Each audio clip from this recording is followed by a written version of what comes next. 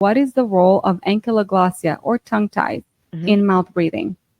So, ankyloglossia or tongue tie is when we have a frenulum under the tongue that is too tight or positioned in the wrong place, and it is limiting the range of motion of the tongue, particularly the positioning of the tongue to help with nasal breathing, to help with proper growth and development, is elevated in the roof of the mouth.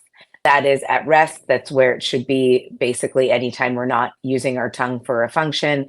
You can even try it now, whoever is listening. If you drop your tongue to the floor of your mouth and try to take a nice deep breath, through your nose, it's a lot harder than if you elevate and suck your tongue up to the roof of your mouth and then take a nice deep breath through your nose. It's a lot easier.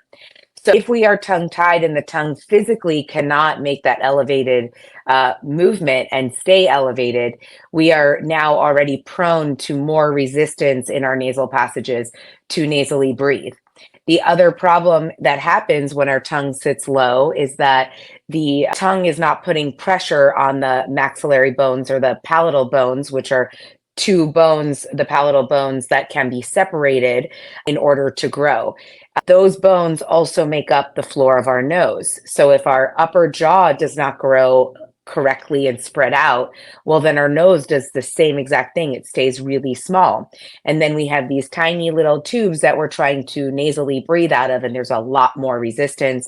And then things like our turbinates and our adenoids seemingly take up more space because they're in a tighter area.